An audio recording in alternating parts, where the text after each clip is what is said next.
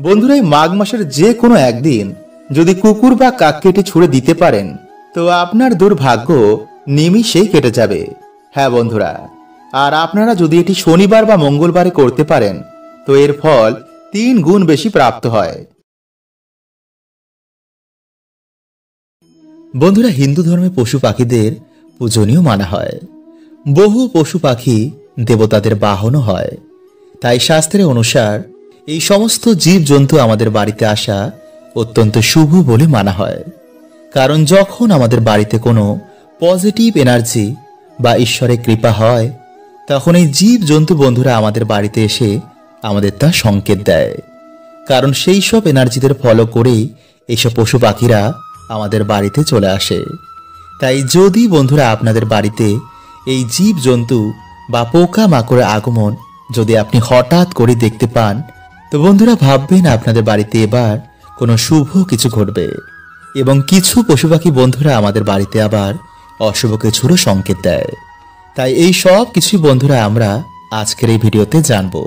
তাই বন্ধুরা, এরকম আরও তথ্য পেতে আমাদের চ্যানেলটি সাবস্ক্রাইব করে পাশের বেল আইকনটিকে অল করে রাখবেন এবং ভিডিওটি বন্ধুরা একটি লাইক করে কমেন্টে আপনারা বলুন জয় মা লক্ষ্মী। নাম্বার 1, ছুঁচো। বন্ধুরা, বাস্তুশাস্ত্র এবং জ্যোতিষ শাস্ত্র অনুসার ছুঁচো আমাদের বাড়িতে কোনো শুভ সংকেতই নিয়ে আসে। তাই যদি কোনো ছুঁচো আপনার চারিদিকে বা আপনার বাড়ির চারিদিকে গোল গোল ঘুরতে থাকে তো বন্ধুরা ভাববেন আপনাদের সাথে কিছু এবার ভালো ঘটবেই। কারণ ছুঁচো বাড়িতে মা লক্ষ্মীর আগমনের সংকেত আগে থেকে বুঝতে পারে। তাই যদি বন্ধুরা এই নতুন বছরের শুরুতে বা লক্ষ্মী পুজো বা দিওয়ালিতে যদি হঠাৎ করে আপনারা ছুঁচো দেখতে পান তো এটিকে কিন্তু খুবই শুভ সংকেত মানা হয়। কিন্তু বাড়িতে অধিক মাত্রায় আবার ইঁদুরের বাসও এটিকে অশুভ সংকেত মানা হয়। নাম্বার 2, মাকড়সার জাল এবং মৌচাক। বন্ধুরা, এগুলো আমাদের বাড়িতে দুর্ভাগ্য ডেকে আনে। কারণ মাকড়সার জাল হচ্ছে অলক্ষ্মীর সূচক। তাই যদি আপনাদের বাড়িতে আপনি মাকড়সার জাল দেখতে পান তো আপনি তাড়াতাড়ি সেগুলিকে কিন্তু বন্ধুরা পরিষ্কার করে ফেলুন। কারণ এটি আমাদের বাড়িতে উন্নতির পথে বাধা হয়ে দাঁড়ায়। নাম্বার 3, প্রজাপতি। বন্ধুরা, আমাদের বাড়িতে প্রজাপতির আগমন অত্যন্তই শুভ হয়। তাই যদি আপনাদের বাড়িতে বারবার প্রজাপতি আসে তো খুব তাড়াতাড়ি আপনি কিন্তু কোনো খুশির খবর পাবেন। নাম্বার 4, ভ্রমর। বন্ধুরা, কালো ভ্রমর আমাদের বাড়িতে আসা বিবাহ এবং খারাপ সময় সমাপ্ত হওয়ার আমাদের সংকেত দেয়। তাই ভুলেও কিন্তু বন্ধুরা এইসব প্রাণীরা আপনাদের বাড়িতে যখন আসবে তাদের মারবেন না। নাম্বার 5, পিঁপড়ে। বন্ধুরা, যদি আপনাদের বাড়িতে কালো পিঁপড়ের আগমন হঠাৎ করেই বেড়ে যায় তো এটি আপনাদের সংকেত দিচ্ছে যে আপনাদের বাড়িতে সুখ শান্তি সমৃদ্ধি এবার বৃদ্ধি হবে। যদি কালো পিঁপড়ে আপনাদের বাড়িতে গোল করে এক জায়গায় ঘোরে তো এটি সংকেত দিচ্ছে যে আপনাদের বাড়িতে মা লক্ষ্মীর আগমন হয়ে গেছে, আপনাদের ধন বৃদ্ধি হবে। নাম্বার 6, শামুক। বন্ধুরা, শাস্ত্রের অনুসার বাড়িতে হঠাৎ করে শামুক দেখা এটি খুবই শুভ কিছু ঘটার আমাদের সংকেত দেয়। এটি ধন বৃদ্ধি এবং আমাদের জীবনে সুখ শান্তি আসারও আমাদের সংকেত দেয়। নাম্বার 7, টিকটিকি। বন্ধুরা, টিকটিকির সম্পর্ক মা লক্ষ্মীর সঙ্গে রয়েছে। ফলে বাড়িতে টিকটিকি আমাদের বিভিন্ন রকমের সংকেত দেয়।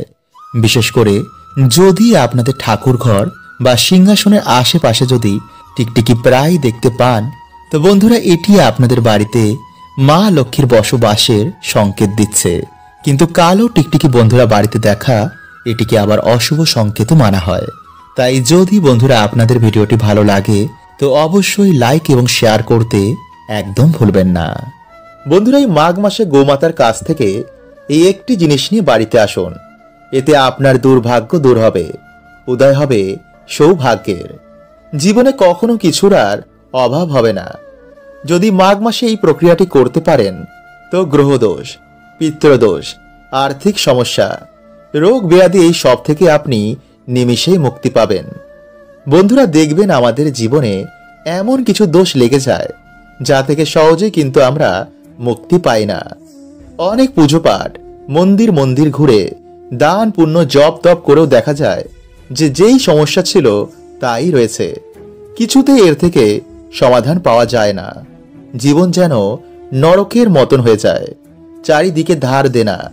মানুষ এর তলে ডুবে নিজের জীবন ত্যাগ করার মতন বাজে সিদ্ধান্ত নেয়। কারণ বন্ধুরা, মৃত্যুর পর তার সমস্যা তো যায়ই না, বরং উল্টে আরো বেড়ে যায়। কারণ আয়ু পূর্ণ না হওয়া পর্যন্ত সেখান দিয়ে যেতে পারে না। আর একেই প্রেত যোনি বলে। এই প্রেত যোনিতে থাকার জন্য সে তার পরিবারকে নানা রকম সমস্যা দেয়, যাতে তার পরিবার তার মুক্তির ব্যবস্থা করে। তাই বন্ধুরা, আমাদের বেঁচে থাকতেই এই সমস্যার সমাধান খুঁজতে হবে, আমাদের জীবনে লড়তে হবে। তাই আজকের ভিডিওতে আমরা বন্ধুরা গোমাতার আশীর্বাদ প্রাপ্ত করার জন্য এক অচূক টোটকার কথা বলবো। যদি আপনারা ঠিক মতন তা পালন করতে পারেন তো অবশ্যই আপনাদের সকল সমস্যা, সকল মনের বাসনা এতে পূর্ণ হবে। তাই বন্ধুরা, চ্যানেলে নতুন হলে চ্যানেলটি সাবস্ক্রাইব করে বেল আইকনটি অল করে রাখুন, আর কমেন্টে লিখুন হর হর মহাদেব ও জয় শ্রীকৃষ্ণ। বন্ধুরা, এমনটা মানা হয় যে গোমাতার মধ্যে 33 কোটি দেবদেবী নিবাস করেন। তাই গোমাতার সেবা করলে সমস্ত দেবলোকের পুণ্য প্রাপ্ত হয়। গোমাতার সেবাতেই আমরা একসাথে সমস্ত দেবদেবীর সেবা করতে পারি।